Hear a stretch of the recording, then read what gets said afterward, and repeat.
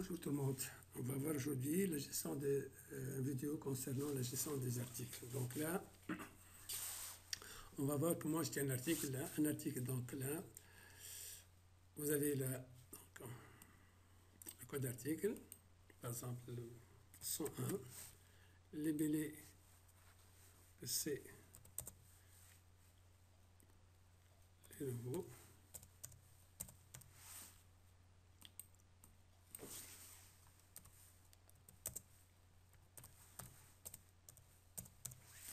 Prix d'achat, par exemple, 1200. Prix de vente, 1600. DVA, 19. FODEC, 0. Stock initial, on a 10. Catégorie ordinateur, et là, sous-catégorie, le nouveau, submit. Ok là?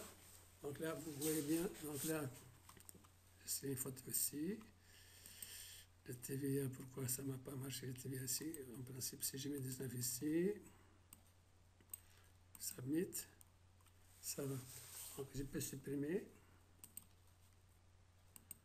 Je dois changer ça. Donc là, ok. Donc là, on va voir le programme qu'on a fait. Ok là? Donc pour commencer, j'ai fait le TS. Avant tout, j'ai commencé par le service, c'est-à-dire service article. Donc service article,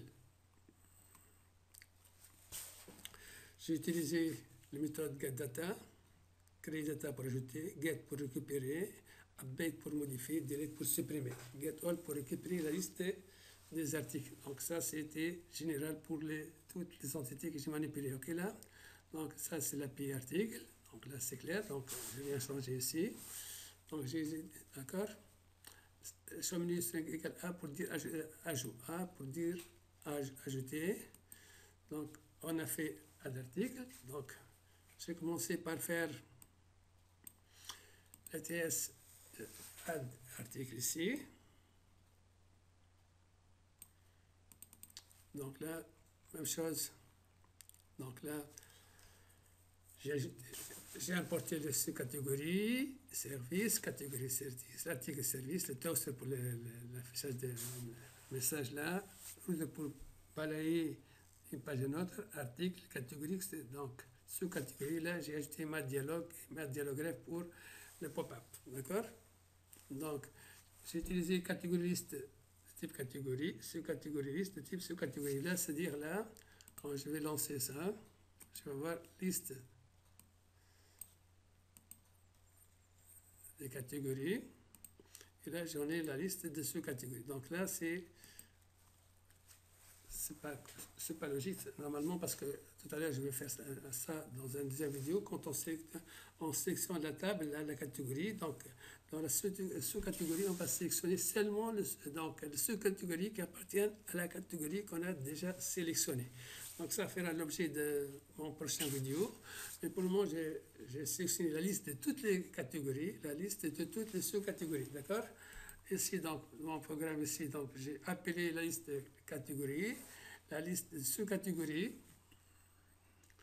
d'accord?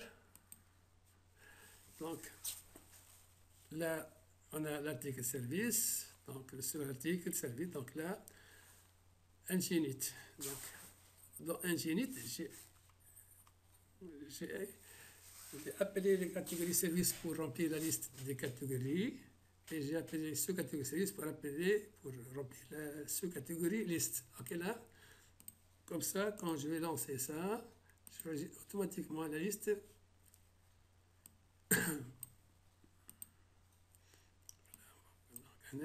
Normalement,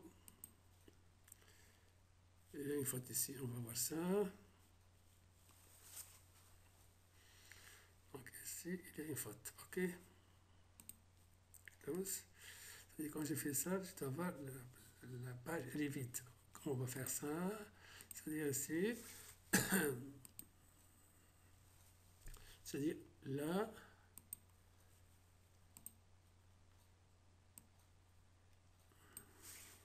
c'est dans les catégories ici, dans la partie dialogue là,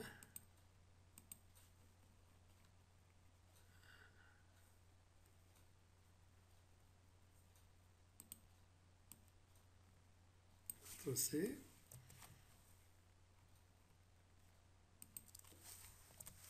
Ça doit être ici. On reset tout là. C'est-à-dire, si je fais ça, je vais voir la liste vide. Ok là? Donc, mais je vais avancer, mais ici, je dois avoir la liste des catégories et la liste des sous-catégories. Ok là?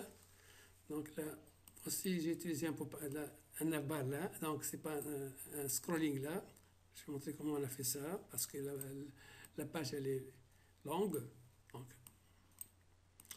Donc ici, qu'est-ce que j'ai fait? Donc ici, donc j'ai rempli la liste des catégories, la liste de sous-catégories. Ok là? Maintenant, dans mon formulaire, on a l'ID, le code, les prix, prix d'achat, prix de vente, FODEC, stock initial, l'ID catégorie et l'ID sous-catégorie. Donc, c'est idem. Donc, on submit si on est en mode ajout add data, si on est en mode modification update data. Et là, dans update add data, je vais ajouter, puis je ferme la page ici et je reviens à la liste. C'est-à-dire ici, quand j'ai ajouté un produit là, par exemple, j'ai fait 102. J'ai fait les PC Dell, donc prix d'achat 2000 dinars, prix de vente 2500, TVA 19, FODEC 0, stock initial on a 5, catégorie ordinateur, et la seule catégorie c'est Dell là, submit, c'est-à-dire là, quand je vais sélectionner, je vais avoir la liste. Donc j'ai un problème de TVA ici, que ça fait égal 0, donc je vais voir ça, et je peux le modifier ici. Donc on va voir c'est quoi la faute ici. Ok. Submit. D'accord. Donc ici, si j'ai fait submit, ajouter, je dois réafficher la liste des catégories, des articles. Si j'ai fait update, je vais afficher la liste des articles. Ok là. Donc là, ici, dans article, j'ai utilisé là le scrolling là, donc de type classe scroll. Et là, comment j'ai fait ça? Au niveau de mon CSS, j'ai ajouté div scroll, donc high, left, padding et overflow. Le overflow pour pouvoir avoir le scrolling là. Ok là?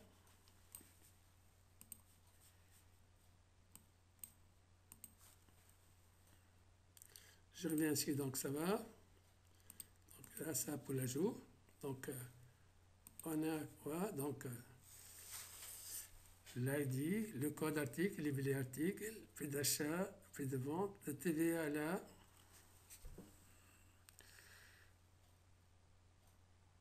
Ok. On a FODEC, on a stock initial, on a catégorie. Donc catégorie, on a fait quoi?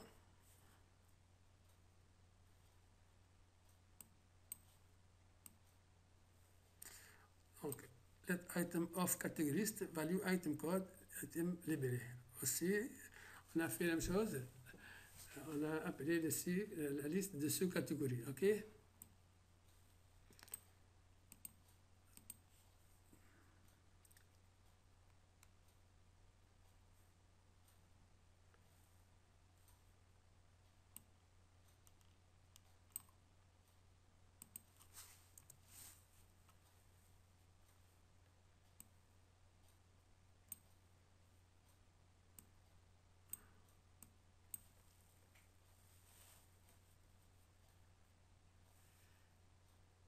Donc là, c'est le code ici. Donc, juste pour vous montrer le code. Donc, ça, c'est, on va dire, là, c'est la liste de sous-catégories. Scrolling. Là, c'est le scrolling concernant la liste de catégories.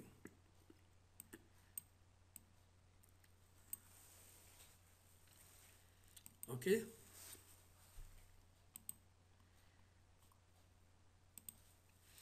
Donc, ça, c'est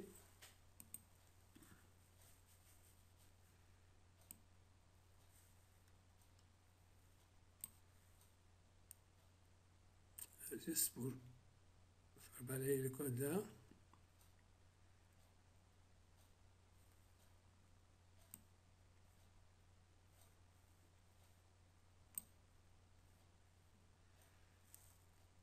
OK. Donc ça, c'est juste pour la page ajoutée. D'accord? Là, pour le test, j'ai dit, là, j'ai utilisé un style de type scroll. D'accord? Maintenant, pour la liste des articles, donc on a fait quoi? Donc là, on a utilisé ma toolbar de grammaire. Donc là, j'ai ajouté une icône add article. Là, on va afficher l'ID, le code, les briefs, d'achat, et de vente, TVA, il faut décrire le stock initial. OK? Maintenant, là, on a deux boutons Select Data et Remove Data. OK? Donc, ici, pour sélectionner un item, là, pour supprimer, d'accord. Donc, ici, donc là, juste, j'ai rien changé là. C'est comme le programme de ce catégorie-là. Donc, add, c'est normalement add article là. OK. Ici, donc, ça va. Je passe ici, donc, dans mon TS ici, donc, add article. Article. OK. Donc là, en français, c'est add article minuscule.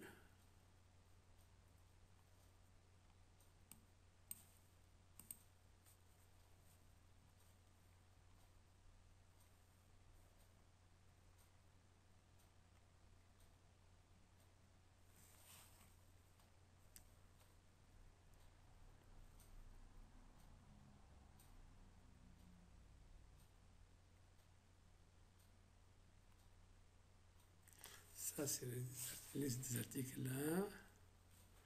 OK, là. Donc, ici, qu'est-ce qu'on a? Donc,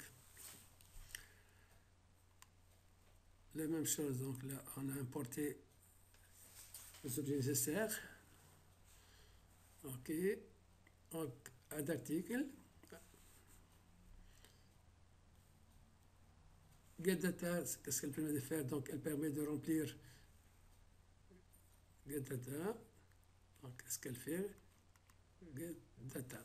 Donc, list could apply get all. Donc, on va récupérer la liste des articles et ça va mettre ça dans liste data. C'est comme ça. Pourquoi là, quand on affiche ici, on a liste data. OK? Parce que les data, ça appartient à le service article ici. D'accord?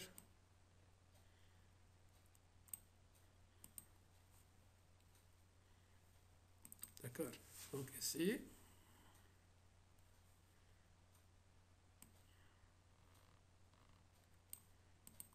donc on a donc, add article, ça permet d'ouvrir la page, le pop-up là, on a le mat dialogue là, là,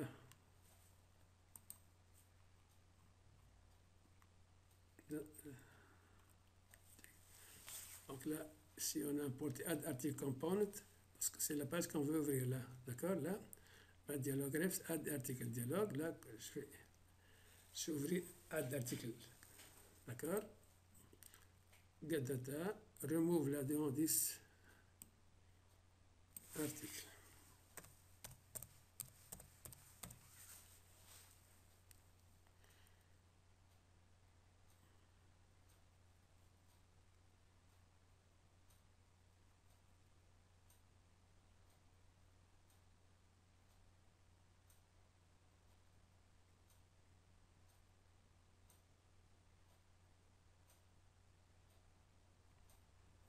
Donc, je pense que le code est clair. Hein? Donc, et là, l'interface, elle est bien claire. OK, là, je pense que c'est clair. Donc, dans mon prochain vidéo, on va voir comment gérer donc ici, c'est-à-dire quand on sélectionne l'article, la catégorie, on doit sélectionner automatiquement la liste de ces articles qui correspond à l'article qu'on a sélectionné. D'accord? Là, donc, ça fera l'objet de mon prochain vidéo. Je pense que c'est clair.